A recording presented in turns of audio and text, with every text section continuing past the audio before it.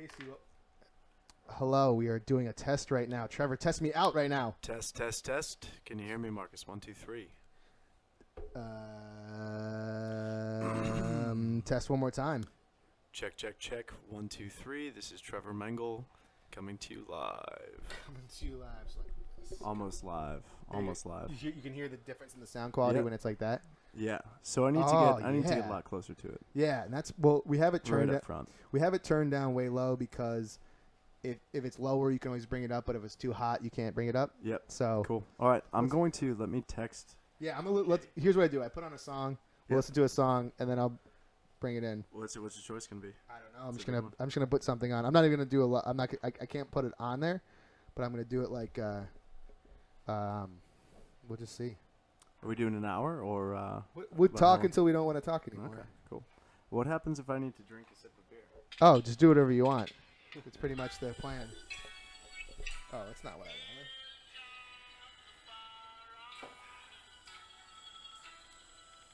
So like the one I did was. Yeah. I'm digging that.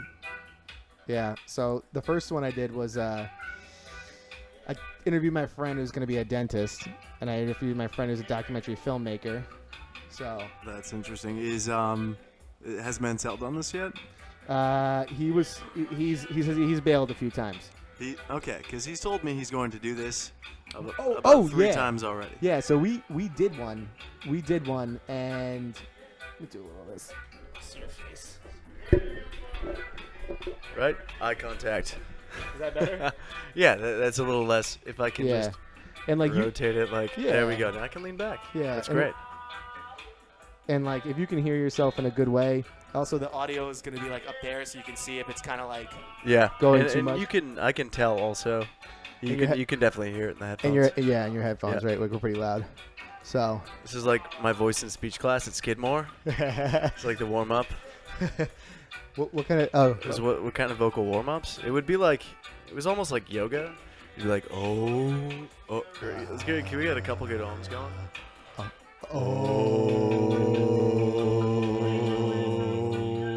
Nice. Yeah. Nice. Yeah. All right. Now we're feeling it. Now we're It's all feeling it. breaths from the diaphragm. All right, I'm gonna start this now. All right. Okay. I'm also gonna turn off the AC. Turn off AC. I feel like I've just made best friends with your dog. What's his name again? Oh, it's Archie. It's Archie, man. Archie. Archie, man. So.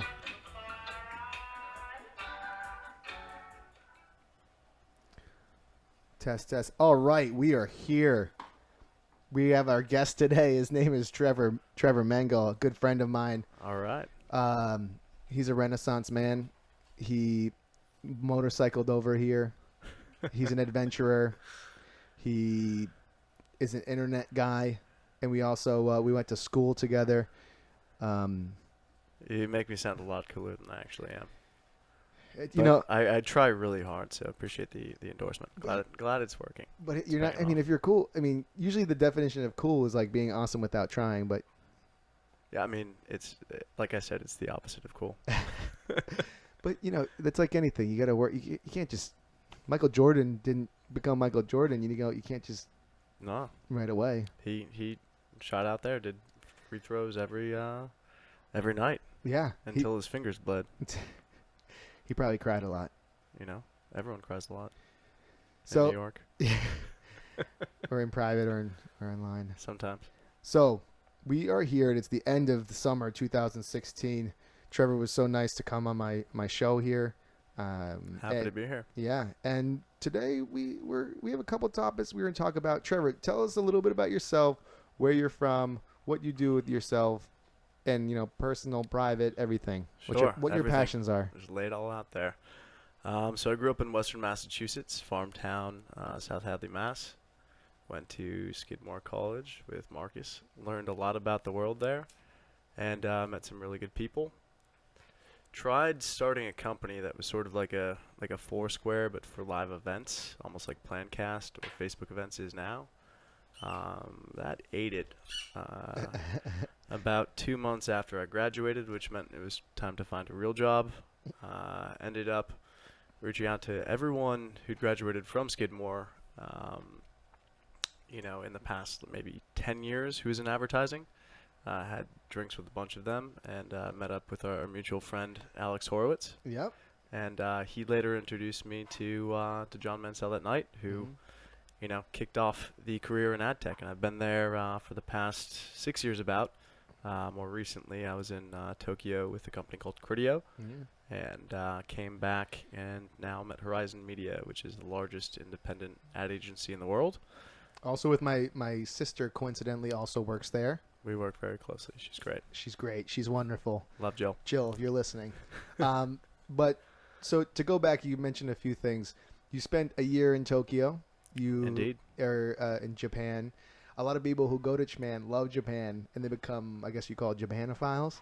Something like that. Yeah. Yeah, but why does everyone get so interested in Japan when they go there? It's a magical place. That's a really good question. I think it's going to be either hit or miss, but the fact that their culture was so isolated for so long, and that they only opened up, really after the Americans forced them to, and the British forced them to, at the beginning of the Meiji Restoration, did they actually become exposed to the rest of the world. So you have this culture that for thousands of years was for the most part isolated. So it's developed very uniquely from the rest of the world, the rest of the region, and they have a lot of interesting culture that I think is beautiful, and a lot of people are intrigued by. Well, the one thing is that they have a lot of attention to detail. Everything's meticulously done, and I always think doing something well is much better than doing many things okay. But a couple things I mean, we're not going to talk about Japan forever, but a couple things. One of my friends works at Japanese company. In the U.S. or in Japan? In New York. He's one of the few non-Japanese there. He was saying that sometimes it can be lonely because you're kind of always considered an outsider. Gaijin-san. Sorry, Gaijin? Gaijin. Yep. Gaijin.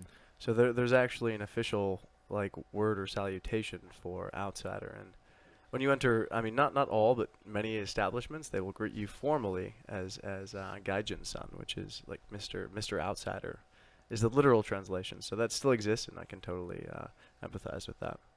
When I was traveling a lot, I had one of my next door neighbors was Japanese, and I really tried to befriend him, but he was just saying that every time he was very concerned because his friends didn't feel like they'd be so comfortable. Maybe it was the language barrier, but he was basically just like, you don't understand.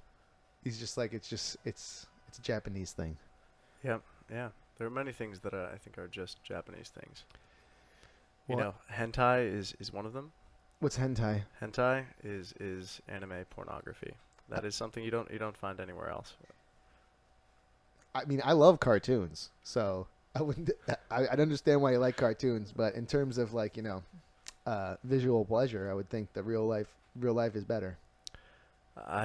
In more than just a visual way, yes, but I think that at times it's the culture there, especially with entertainment, is so it's very overstimulating. So you have very flashy, giant billboards, flashing lights everywhere. It's and generally the cuts, if you look at how pieces of content are created, they cut between pictures or between frames super quickly. And that's something that is definitely a big cultural difference, even though we've incorporated some of that into American cinematography and commercials. Why do you think they do that? Because it's been known to give people seizures, question. Right? That's I mean, it can, and it's not just that was Japanese animation that does it, but it may be just because an evolution of how art evolved there. I think that they had things similar to comic books ever before they were introduced to the West. So it is very much, even when you're watching a movie, it's shot very much, I think, in a very comic booky sort of way. So, zooming in or quickly, cutting into someone's face as a reaction as they're saying something, then back. It's I don't know. It's interesting, but also overwhelming if you're not used to it. It's funny because overall they're kind of known as a conservative society, but then they're a very artistic society as well. with tattoo. Well, you have some Japanese course. tattoos. You had the cartoons. Yeah, I think the tattoos are sort of separate because in Japanese culture, tattooing is forbidden. So it's it's only the Yakuza, the Japanese mafia, who has tattoos. I mean, there's some young Japanese who are sort of defying the norms and going outside of that, and they're mostly from our generation. But you walk into any place with some old school folks with a tattoo, and you're probably gonna be judged a little bit. Well, I also heard aren't the Yakuza actually originally Korean, or wasn't the original Yakuza, weren't they like landless Koreans who came to Japan and they had to go resort to the underworld? I mean, it has been said. What I have read was it's the internet. I'm not really. We don't fact check in this show, so yeah. So what I've read, I mean, there's the actual history, the mythology, and then the propaganda. I think that at least what I've read on Wikipedia and from talking to people is that a lot of the Yakuza started on an island. Where all facts are based. At least all my facts. Nothing's real unless it's on Wikipedia. But so I think they started on the island of Kyushu, which is in sort of the southern quadrant of Japan, and it's a pretty large island, almost as large as Hokkaido, I think. And when the imperial government modernized their military and started taking control back from the shogunate, and removing the different armed elements of imperial in like shogunate Japan, they disbanded these large groups of warriors, and some joined the emperor and others rebelled. And you see movies like The Last Samurai with Tom Cruise, and that is actually like true story. I mean true story, like there wasn't literally a white guy like fighting with the Japanese, but this was a period in history in which you had samurai fighting against a modern military, like the equivalent of a Spanish-American War military, or like just pre-World War I. So pretty sophisticated, like much more so than guys using swords and stuff like that. So they came from Kyushu, and I guess they were disbanded, and many of them sort of lived as outsiders, not literally gaijin, but lived as sort of rebels, I see. And had to come up with a way to make money and live successfully independently of society. Excellent. So they formed. At least that's the myth. Well, it's good. I going to school. I was an anthropology major.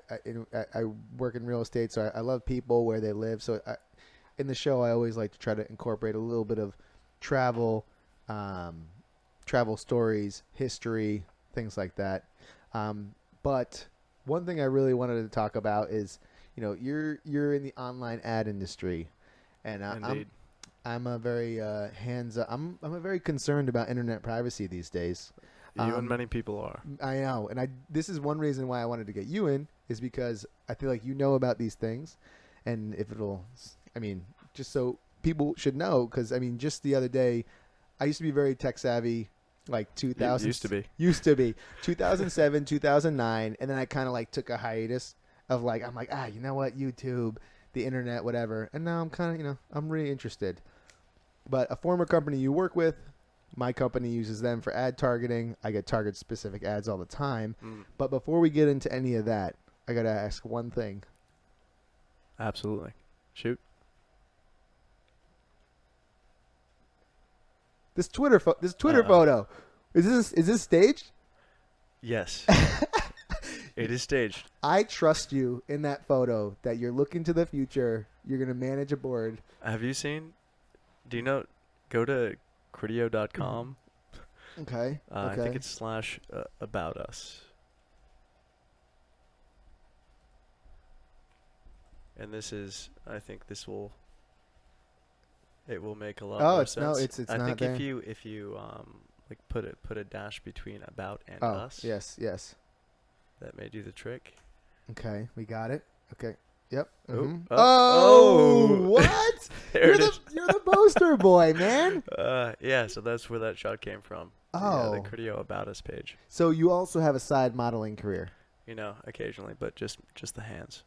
Just the hands? Just the hands. I don't know. You're convincing. And I like the array of people they have.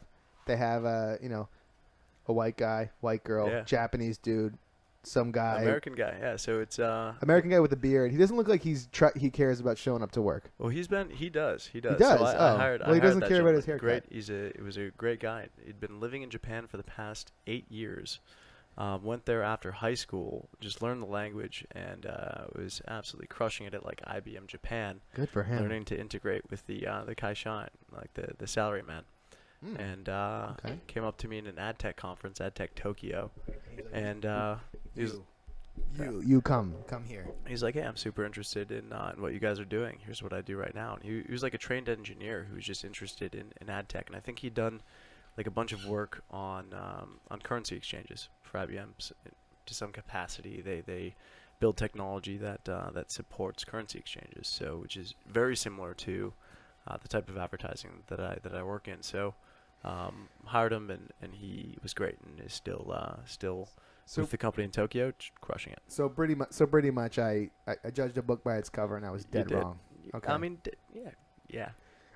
So we're just a little bit. We're gonna go back here. So technically, you're what would you call yourself if you had to give yourself like a phrase or a title? A title? It doesn't have to be your professional title. It can be like a personal title, like your personal mission statement. Personal mission statement. If I could take out my resume, I might just be able to come up with a good answer for that. But when people ask, and I'm trying to sound fancy, like at cocktail parties, I say that I'm a solutions architect. I like that. So I like that. Yeah. Solutions. Advertising technology solutions architect.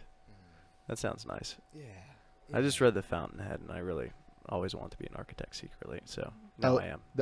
A recent book. Not so recent. It's Ayn Rand. I'm probably saying Ayn. Ayn Rand. Yeah. What's the big conservative book that Ayn Rand that everybody's Every single piece of literature that she wrote. Okay, I actually never read any Ayn Rand's book, but I know last time I was over your house, you're into self-help books or like business books or organized. Hey, listen, I'm reading 24 Laws of Power right now. It's true. I have the Dale Carnegie book. I read it once a year. It's true. I think it's someone was making fun of me today. I'm gonna let them remain nameless. My friend's girlfriend about self-help books, and I think self-help books help. Like there's some things that like people just don't tell you that are life lessons that you should know and that you can know to be better. And this is one of my main inspirations for doing this podcast, because I'm now in my early 30s. One of those like, hey, I wish anybody just told me a couple like very key simple things, like some keystone habits or some keystone things that will affect everything else. And because it's a confusing world out there. Yeah. So that's why we read The Power of Habit and Rich Dad Poor Dad and Becoming a Supple Leopard. Supple leopard. What is a supple leopard? A supple leopard is a very I don't know, supple, flexible, but strong, ready to pounce. One of the funnier titled self-help books that I own. That's a sexy. It's a sexy name. It sounds nice, right? It does. Yeah, it's like the cover is sort of purple and white. It's a weird looking book, but it's actually a textbook on physically rehabbing yourself, and how to avoid pain and how to walk and sit with posture and most importantly like exercise with proper form so you don't get injured. And a lot of that has to do. The supple leopard analogy comes from, in the animal kingdom, animals are always sort of like not necessarily on edge, but have a certain tension to them where they're ready to react at all moments, and humans unlike that. Although we're animals, we sit on couches and watch TV for hours at a time without blinking. Yeah, so not that I do that, but I know hours without. Well, I mean, listen, I work in real estate. One of the main I used to actually work in tech. I was kind of like a PHP programmer intermediary, like the business side between the PHP programmers for content delivery. Yeah. And after I remember one of the 7 times I was about to quit, I was looking at my watch and I was like, you communicate via IM a lot, and I just realized I didn't talk to anybody for like 8 hours, just straight, nobody. Where has this time gone? I don't know. Right. And then I just said, I was like, I can't do this, and I can't be behind a desk. It's so nice outside. So in real estate, I've broken free. I've broken free. I mean, I do 2 to 3 hours in the computer, and I can't. Otherwise than that, my brain's not operating at full, production capacity. I can't. If you're doing one thing too much, then it's diminishing returns. You need to get away, definitely. So how do you work at your desk? So I stand. I have a standing desk. I that, I that heard you have a happens to standing have, desk. It's nice. It's It's nice. definitely better. And I'm lucky enough to have a good view in the corner of the office overlooking the Hudson River, which also helps. And I walk around a lot. You gotta move. Inspirational scenery. Some could say, yes. I mean, inspirational scenery is definitely it could be a factor. I don't know. It looks nice. Well, you're also a camper. Yeah, Or you recently went camper on in a progress. didn't you recently go on a like a little outdoor It was problem solving type thing? It was a 7-day wilderness survival school. Nice. In southern Everybody Utah. I think that should be taught in schools. It should be. The problem is people would die. No, they won't. What are you kidding They me? would. You should have seen the liability waiver I had to sign for this program. It is literally like anything could happen. Before we went out on the course. Of course, anything can happen. You walk around New York City and you get hit by a car. Anything could happen. I mean, but they're not like we went out. They take pictures. They have all of our information, height, whatever. We had to take shoe prints. And like size of the shoe, like the brand. So if you get lost, because we were out there, we trekked over maybe 60, 70 miles. Felt like way more because the terrain was not even. A lot of miles. And people have gotten lost. People have gotten lost for a reasonable period of time. Most survival situations last 72 hours. I think people are either found until you bite the bullet. Until you bite the bullet. Until I mean, depends. If you know what to do, you don't. I mean, by bite the bullet, do you mean just die? Oh, that didn't really make any sense, right? I mean, because you could bite the bullet and be like, all right, I'm gonna tough this out. And I guess that wasn't a very good turn of phrase there. Well, it could be, or like take the bullet. Yeah. Well, I'm people who know me. I'm very passionate about survival. I think it's a core skill that everybody should learn. It's like in school they gotta tell you how to like do your taxes, teach you about. Should. Did they in your school? No, obviously exactly. not. Teach you about the fact that you are a teenager and just be like, you have tons of raging hormones going through your body right now. Just relax. And then survival skills, because I feel I didn't realize this because I grew up camping. I was a Boy Scout. My dad was an Eagle Scout. Nice. One of my personal life goals is to sleep outside 365 days before I die. So I'm at like 125. Oh, 365 days total. Like consecutive, it's going to be hard. I thought you were looking for that day that was 365 days before you die. Oh. And that would have been really hard to calculate. Unless you're planning it. Let's not get that dark right Dark, now. very dark. So what? How many have you clocked in on? I believe I haven't written down, but I believe I'm in like the 122 to 125. You've got me beat by far. I think I have like outside, like no tent. Tents count. Tents count. Okay. Tents count. Also, I think that if you're like, tents count, hammocks count, I guess. Some other things count. Yeah, if you have a tent or a hammock, that is definitely a luxurious experience. I think I have 7 days clocked with no tent. No, 8 days actually. There's one time camping, and then maybe another 6 with tents. So you have me beat by a good margin. The key is that you have to get them done in bulk. You have to do like a couple 5 days, couple 3 days. Yeah. We had our a guest who sometimes comes on. Mr. Dan Driscoll was here for a second. We'll see. Maybe if he'll join us in a little bit. We'll see. Nice. But yes, I also just think that if it was taught in schools to kids, children, everybody at a young age, and it became part of the culture, because it used to be like right in the 50s and the 60s, it used to be. Now, because we're in this technological age, people don't think about it as much. I think it would give you just like martial arts, it would give you like a personal sense of security. It does. Absolutely, and I think that when people talk about the convergence of like humans with technology, like the point at which we don't know how to survive as humans without technology is the point in which that convergence happens, and I think we may within this generation we may already be there. The singularity. Yeah. Ray Kurzweil. Yeah. Are we there? Are we? Are we already there and we don't even know it? I could be. Well, one thing I think is kind of interesting is that with social media online, you're actually we've officially have a reference point for the collective unconsciousness, and we moved from being a self-contained, like we moved from being everything, and now we store different memories on the cloud. Our brain Yeah. function is actually upgraded to the machines, and we're actually, I'm sure, I mean, we should probably look up some science facts about this, but I'm sure that different parts of your brain are evolving in different ways. Like imagine this, like one thing I think that I'm very happy about, and you and I are I'm very happy about, is that, I mean, I don't know if you're happy about this, but we grew up in the age of the internet where we were of age. We were early enough and young enough. We were early enough where we could adapt the skills and be very proficient at it. But we knew we weren't quite adults, but we were in process of becoming adults before the full blown internet. What were your top frequented sites when you were going through that phase in your life? I mean, I can't remember all the facts and the details, but I think there was Alta Vista. Oh, I thought you were thinking about something else. No, and then there was every other site. Oh, Alta Vista, of course. Yeah, yes, Alta Vista, or Ask Jeeves was one of them. Ask Jeeves was one. Alta Vista was one. What were the other ones? Listen, I thought you were talking about pornography. Why would you think that, Marcus? Because it's the most visited.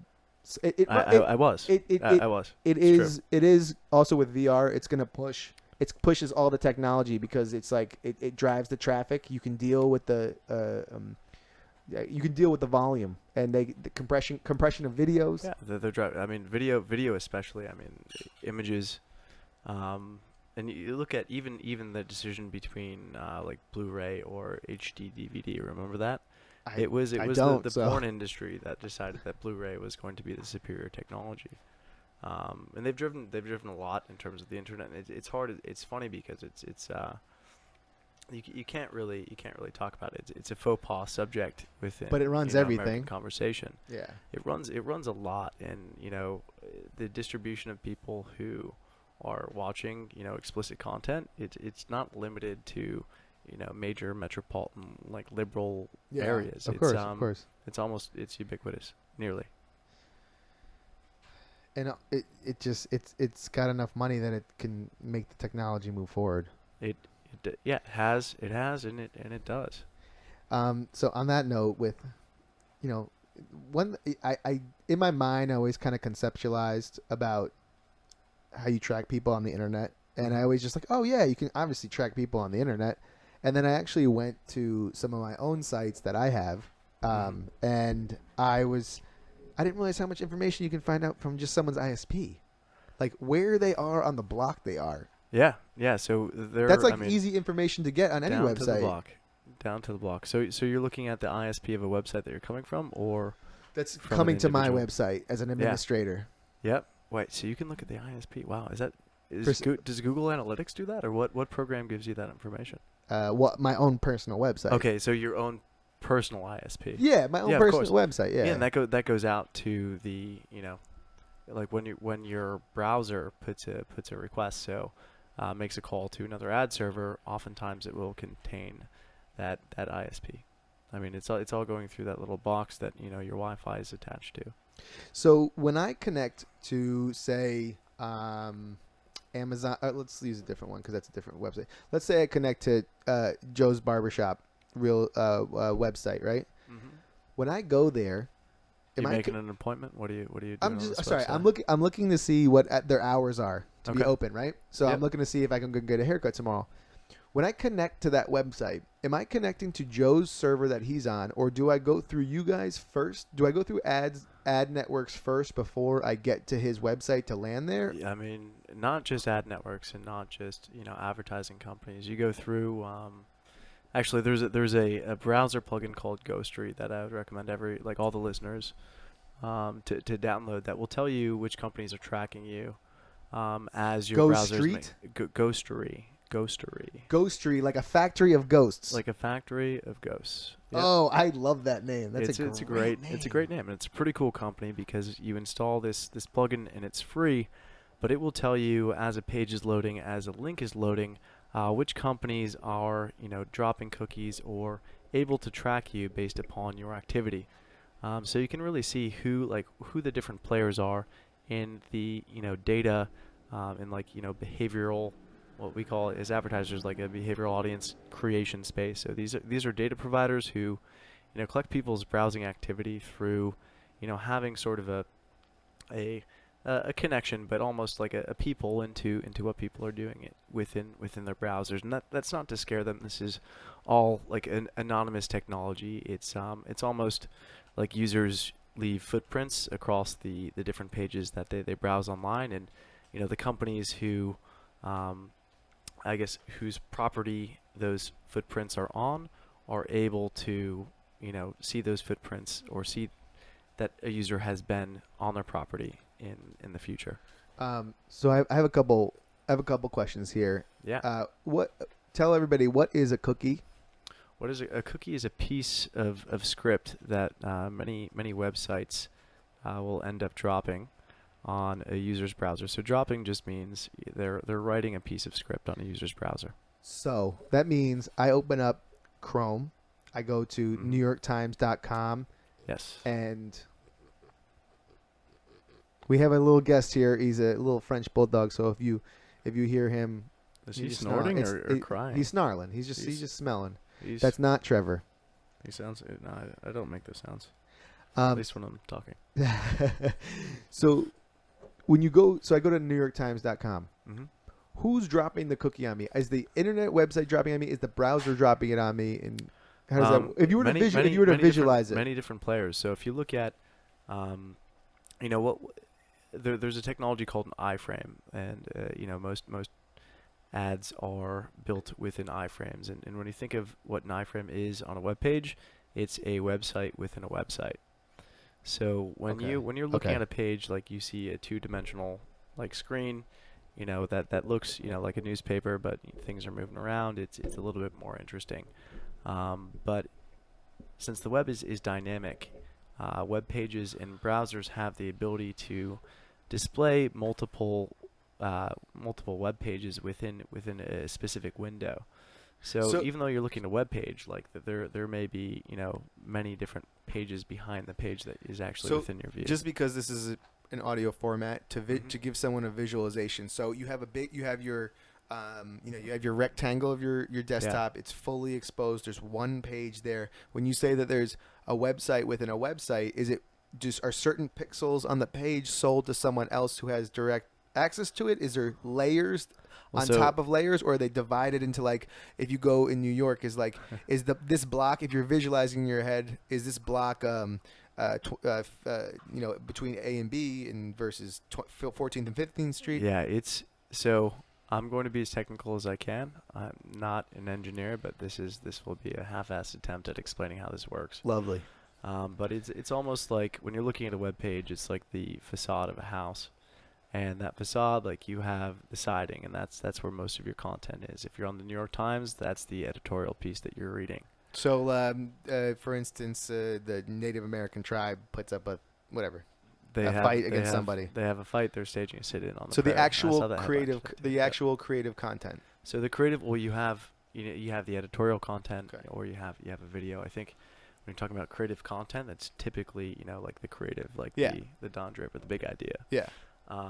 And when you're looking at a web page, so advertisements may appear as like windows on that web page, right? So if you're looking at a page, you may have 1 to 4 different advertisements, display banners within that page.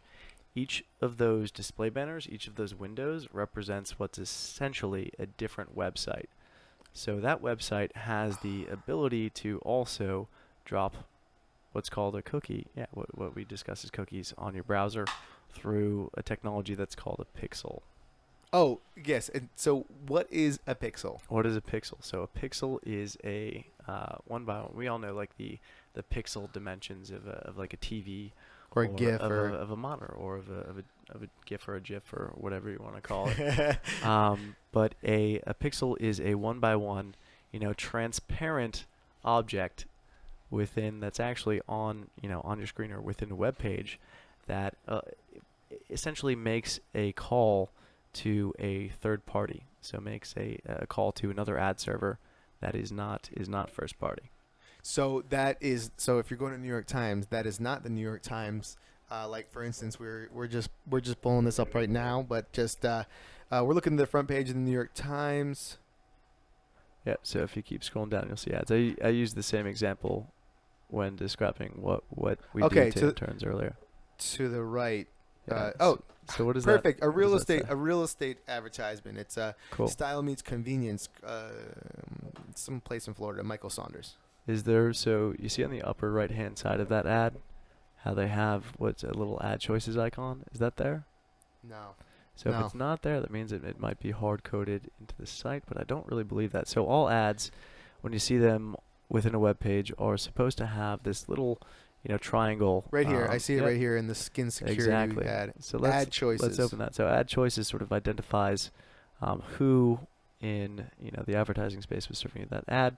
This, no surprise, it's Google Ads. So the New York Times, one could say, partners with Google to have Google, deliver them with demand. So deliver them advertisements that are going to be shown on their page. Okay. And they also help the New York Times track users that advertisers want to buy. Okay. Google is one of the largest players in the space, as is Facebook, Yahoo, Microsoft. The big guys. The big guys. The four horsemen. So of the apocalypse.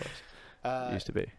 All right. So we have a lipstick ad here, and so essentially this the New York Times sells this little space, and then Google fills that space, and then Google sends that traffic to. We'll fill. Yeah, that you can imagine that before.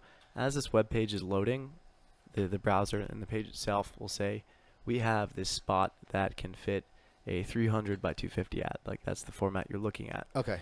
And what will happen, so as your page is loading, Google, who has what's called a tag within that iframe, tag is like a line, a connection to a third-party server, will send out a call to what's called a publisher ad server, which will then in turn send another call out to, at least if it's a programmatic impression, out to an SSP, supply side platform. So here's where we get all like financy on this. In the supply side platform, is that serving the content of the image of the ad through the network? The advertiser ad server is, so that's at the other end of the spectrum. You have this one server that's just looking to see which ads should, or what creative should fill this miniature window on a web page. So it's another website, so any image can go there.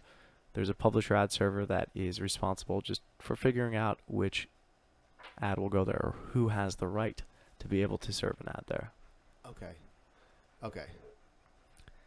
And that's based on their pre-existing whatever. That's based off of business rules, and also like talking about there's a whole exchange, dynamic that occurs that's very similar to like the NASDAQ or the NYSE, that happens where advertisers are, bidding against each other from a demand-side platform, a DSP, to compete for the opportunity to serve you an impression, to serve you an ad. My big question about this whole thing is I think that's, I don't even know. Okay, my big question. There you go. My big question about this whole thing is that how do you validate? How do you know if how do you create the monetary value of it? Because in the day and age of the internet, isn't it going to be like a black hole for like web traffic? A black hole. So how do we know the value of who we want to serve an ad? So for instance, if I'm product X, Y, and Z, and I'm selling ads or whatever, what happens if someone just gets a bot? Oh, well, bots happen. They're part of the internet. If you look at, like Google search, like in their technology that crawls web pages, like those could be considered bots. Like what's considered, bot traffic is not dissimilar from the crawlers that Google uses to like index their search engine. Creepy Crawler, spider. Creepy crawler. They call them too, yeah. But it's pretty much like a fake user that creates traffic to a web page and crawls or scans that web page for the content that's on it, and then indexes that content into a database. And that's in I guess, yeah, a very simplified version of what Google is as a search company. So I go to a website. I want to buy a pair of scissors. What are you gonna do with those scissors? I'm gonna cut my dog's hair. I'm an aspiring dog hair cutter. So you're on what site are you on for this? Are you on Petco? Petco. No, just doghaircutters.com. Great site, love it. Have you ever heard of them? Every supply. This show's been brought to you by dogcuttershaircut.com. So I want to We'll go find that site later and yeah. wrestle some money out of it. Yeah, I mean this featuring on this show is like to the moon. So, doghaircutters.com. I order something, or I say I don't order. I just look and I save it. And I save it. I make an account. I save a cart. How much does doglovers.com know about me? What can they do? Well, how much do they know about you? Like, it depends what they're trying to do with it. So if they're trying to send you like a follow-up email that says, "Hey Marcus, how about those dog scissors that you left in your shopping cart?" Like they have all of your registration data, which means they can use that on a first-party basis to customize the messaging that they deliver to you on a one-to-one basis. So it's their CRM software. That's information you willingly give to them. Yeah. Say my name is Brian Smith and I live at this address. This is my email. Yep. Okay. So they may use your name to personalize images. Are they using your address to send you, some type of, direct mail? Perhaps, man. Like if you get direct mail, there's chances are that's, it's like when people used to sign up for the Sears catalog, or you shop at Sears, or you do that mail order. They're going to like send you coupons for Sears. This was a lot of what happens in online advertising is very similar to. It's like a more sophisticated version of direct mail. Okay. Next question. Ready. The next. So I gave my information. I have an account with that company. Mm-hmm. Like I was talking to you before, the admin of that website now has my ISP, right? They have. I have no protections. Let's just say I have no ad protection, no nothing. No ad protection. So your ISP, do they see it? It's not like if the carrier network would see your ISP because they're just directing traffic and routing it from one server to another. But are they collecting that information to use for marketing purposes? No, I think that they are. If you're visiting that site, they're able to drop a cookie on your browser. Okay. Okay. Yep. So if they enter in your name and your email, they now have your email address and they can hash that, which allows them to, essentially transact or find you on other devices by trading a code that's associated with your email for, someone else who has a code that's also associated with your email. So who has the other code that's associated with my email? So third party advertising technology companies. I mean, if you look at Experian, for instance, or Oracle, these are for the most part marketing technology companies, which they collect information and they're able to use that and then translate. If A equals C, and we're trying to find out, does user C equal user A, but we know in the back we know it does. Let's assume that the technology doesn't. A technology can arrive at that by like A equals B and B equals C, therefore A equals C. So that's how a lot of this technology works. To match the next. Exactly. So you have an independent third party that's called it's called a data safe haven, and this is mandated by law that is pretty much acts as a middleman intermediary that keeps individual data like PII, personally identifiable information, private, because it always has to pass through a third party that hashes it, pretty much jumbles it up, and matches it with another company C. Oh, so when you are you saying that when your information goes through, it's mandated to be anonymized? If it's used for marketing purposes outside of sending if it's used for second or third party marketing purposes, and then yes. I mean, I'm not a regulatory expert, but Like a site can use your name to, when you log in, for instance, or if you're logged in on your browser, to create a message that says like, "Hi Marcus, welcome to Amazon," right? And it'll save your password. The same technology that enables marketers and other companies to track your activity online. Okay. So when you a few times, just to clarify, you reference first, second, and third party. Who are who are these parties? It depends who you are. Since I'm where's an the party advertiser, at? Well, it depends which one you want to go to. But if you're a marketer or an advertiser, then your own data. So you say I'm pet company, Pet hair scissors cutters.com. Cutters.com, and a user visits your website, and you drop a cookie on them, and they may register with you, and you have their email address. Then that information, as an advertiser, that information is first party information. That's mine. I own it. I collected it. And I did that through direct interaction. So just to go back a little bit, do you have to automate, are you just allowed to drop cookies? Do you have to tell them you're dropping cookies, or you're? It depends where you are. Many sites are proactively messaging users and telling them that they can opt in, or that they need to press OK, or at least acknowledge that they're aware that this company is dropping cookies. If that's the case, I think that is actually regulated in Europe. So many American companies have adopted that. But it's not a mandate in the U.S. yet, but I think it makes the user definitely more aware of what's going on. Interesting. Okay. So that's first-party data. That's first-party data, and that's also, in America, you do not need to be informed if a cookie is dropped on you. It will say it somewhere. Like oftentimes it will be in the end user agreement of your browser. Well, no one reads that. Or if you're signing up for a new newsletter or service, it will often you can opt out of your information potentially being shared by third parties for marketing purposes, and that happens all the time. But generally somewhere, which is will be on a site if you look for it. If you look at the footer of most pages, there will be a privacy policy. Okay. On every web page, and that privacy policy will expose you to what's going on. Okay, that makes sense. Party 2. So second party data, as an advertiser, second party data would be from a publisher. So if I'm Pet Dog Shears Scissors .com/maximum fun, yeah. And I went to the NewYorkTimes.com and the New York Times has a pet section because dogs are all the rage in New York.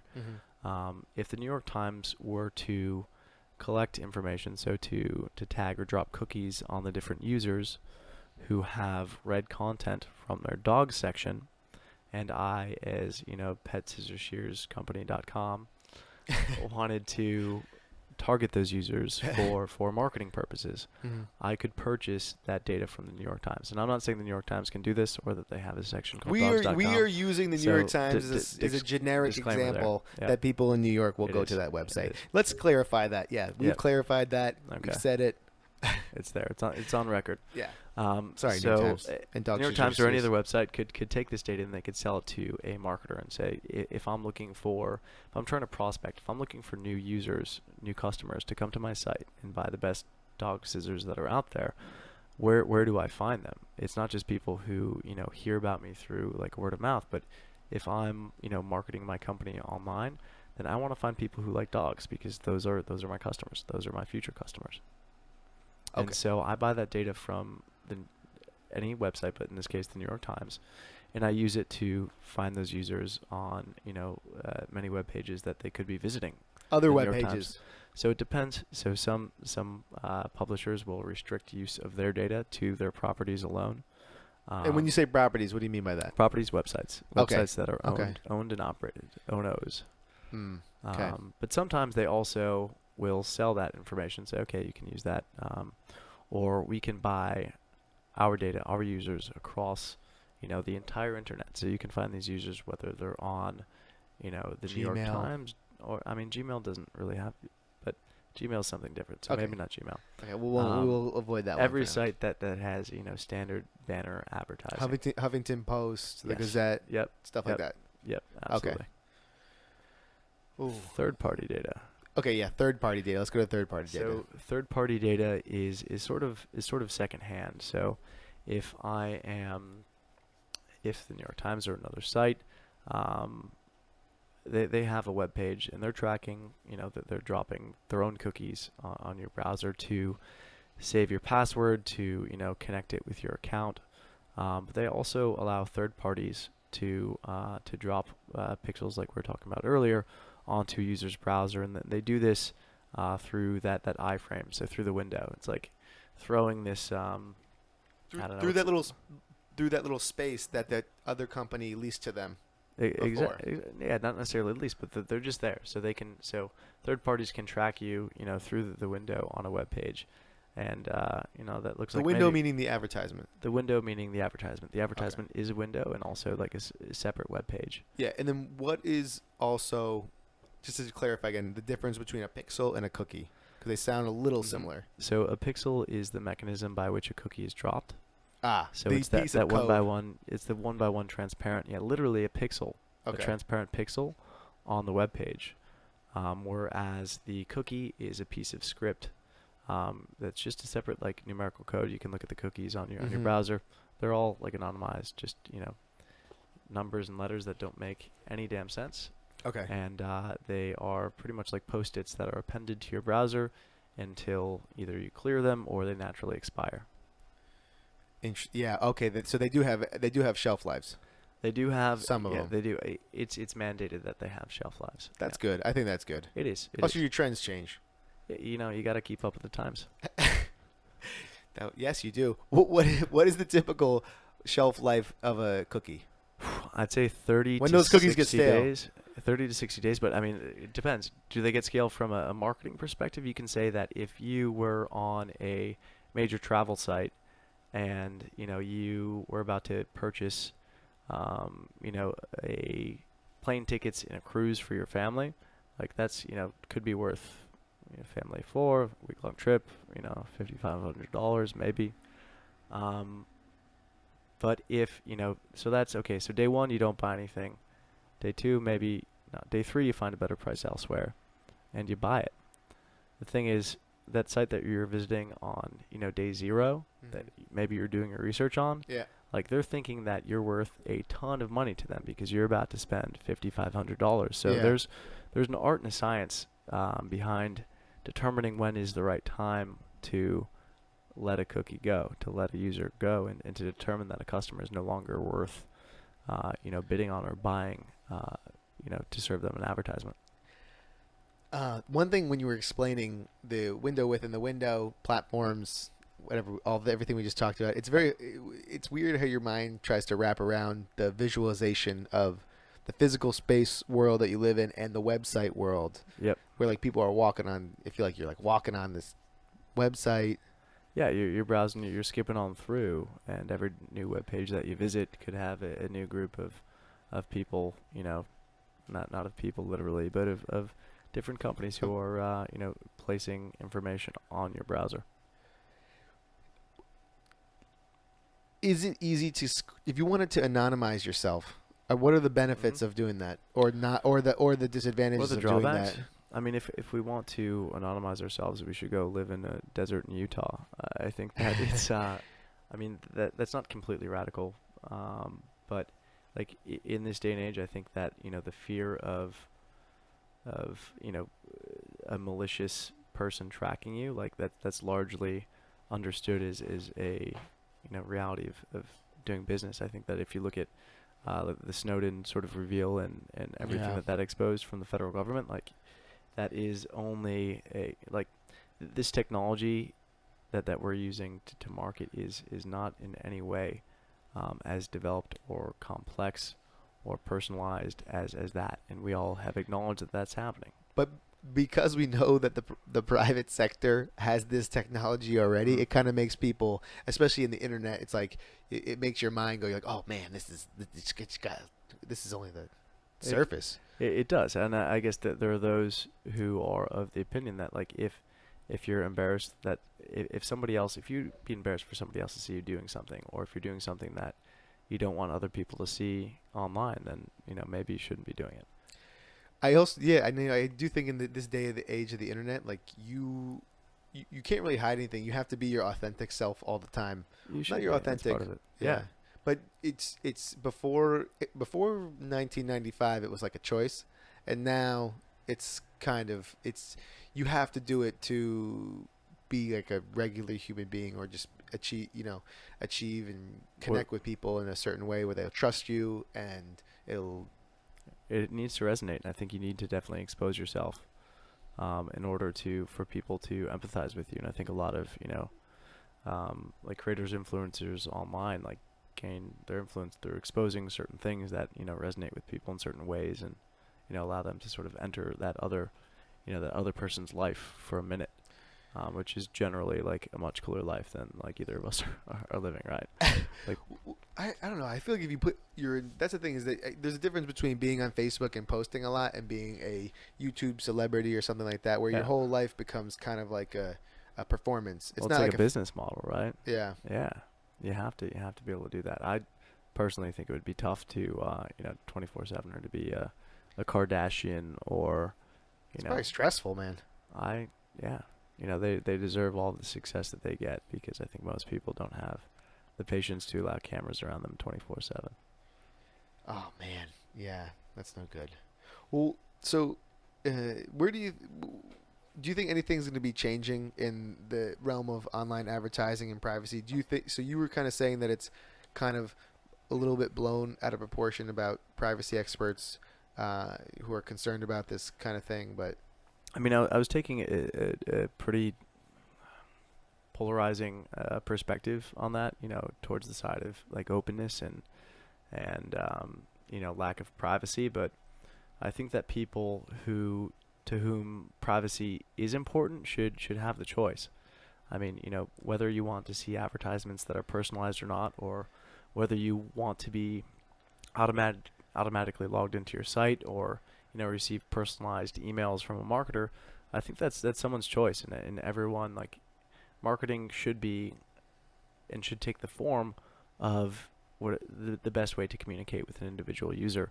And I think it's a failure of advertising. It's a waste of money when someone is delivering an advertisement that creeps someone out. Like, if you're creeped out by an ad, then somebody wasted money showing you that ad. Yeah. And it's just it's a poor job, and not necessarily a bad job, but I think as an industry, we can do a better job of respecting people's privacy, but also detecting people's need for privacy. I think that's oftentimes the subtle line of like a nuance of what you appreciate and what you get not offended by, but. And there is no opt into it now. So we see reactions on Facebook and in other places, but I mean, there's not like a dial for the volume of personalization in the advertisements that you receive. And so it's binary. It's either you opt in, or if you opt out, then you're just going to receive generic advertisements. Or if you install, an ad blocking software, you're not going to receive any for now. With kind of some things with like Airbnb and Uber and like ride sharing things, do you think that people should be like, if I'm online all the time, should I be able, can I sell my data traffic? Can you sell it? So I knew a guy Is it worth enough to sell it? I knew a guy who was creating a browser that would let you sell it. Okay. The thing is, if you're selling it, does that mean that someone else isn't getting it? Like, because right now, when you look at who is reaping, the benefits of your data, it's those websites that, whose journalism you consume without cost, right? So I think if, for example, the 10 best places to go visit in upstate New York. Yeah, well, if the content maker. I mean, so publishers make revenue from two different ways, right? Either people are paying for subscriptions, or they're seeing advertisements, and then it's their attention that's sold. Yeah. And I think that most people, if you look at distribution of most newspapers, it's gone down substantially in the past 20 since the internet came up, right? And that's why so many publishers are angry at Google. But the internet is fueled, like, journalists' salaries are paid by advertising. I think a lot of users forget that when they're very concerned with their privacy. But there is, and there should be, a more known exchange of value in when a user is, I guess, reading a piece of content on a site. Like, you should know that, this is brought to you by, okay, there's a sponsorship, there's a banner there. But I think the fact that the banner being there enables that editorial to be read Yeah. is sort of, that's not explicitly, I guess, brought to awareness by publishers. I mean, in this realm too, it kind of brings into another thing too. It's kind of like almost capitalistic, but also it kind of involves sort of like classism and a little bit of possibly racism. I mean, listen, if you're a really wealthy person and you spend a lot of money, like, can you like put a, like, can you go on the marketplace and be like, hey, this is what my web traffic is worth. Maybe you could convince me to go buy your thing. Maybe. Do people, so can you do that? putting it up for bid. I don't know anything today where you can do that. Yeah. The thing is, there are other, like, many web blockers will actually sell, for a certain cost, they will allow select marketers to actually serve you advertisements. So that's sort of like a misnomer about ad blockers, is that they block 100% of your ads. They don't. They do, as other companies, sell your information and enable ads to be sold and delivered in certain circumstances. But back to your point, if you're a wealthy person, yes, your data is worth much more. Like you have certain websites with certain types of readership that like exactly. You look at like Fortune magazine, Bloomberg, Business Insider to a certain extent. Like you have like an educated, high income, urban individuals with lots of discretionary income, and that's who everyone is looking for. Like, if I'm a BMW, if I'm a Lexus, if I'm a Hyundai Genesis, like that's the user who I want to get in front of. And we'll pay a lot to get in front of that user, especially in the right environment. That's a good note, in the right environment. At the right time. At the right time. With the right message. Also, I mean, I always, I do, my profession's real estate, so I deal with it sometimes. Sometimes it's I feel a lot of it is about momentum in the moment, and the timing. Like, timing is everything for a lot of people, and if you can do it with computers, great. A lot of times it's also like you need the interpretation of people to do it as well. Yeah. Can I go right now and find out? We'll wrap this up in a second. I was going to say this. Can I go? Last question. Can I go online right now and see what marketers think about me right now, and see all my labels? Think about you? Like, what definitions of, like, why they gave me that ad? Do they, like, classifications? If you find an ad that's retargeting you, so if you go to, like, zappos.com, you look at a pair of shoes, and that pair of shoes follows you around in the little window, on every website you go to, you can click on the ad choices icon, which will give you a lot more information. It's different, but it will bring you to the explanation that each company has for serving you that ad. So if you go to a retargeter, oftentimes they will show you, the product that you clicked on or that you engaged with that led to their decision to, serve you this advertisement, and then they'll also show you every other product that you looked at. So some companies are more transparent with their methodology than others, but if you're ever curious, click on the ad choices icon, which should be on the upper right-hand side of every ad you look at. I don't even want to know what they say about me. Well, that's why incognito mode exists. Yeah, I hope you use it. I should. I'll learn more though. But you can send me a few links about where to find these privacy things and a little bit more. But absolutely. I think that's it. I think we wrapped it up. We had a good, lovely conversation. Anything else you want to talk about? It was a great time. I mean, I think we need to do this again soon. Oh yeah, gotta teach the people something. So try. before we go out, if you want to find people to find you on the internet? What's your Twitter? What's your Facebook? If you want, if you don't, that's okay too. Yeah. Twitter is at Trevor M88. Great picture, by the way. Thank you. Certainly not a selfie.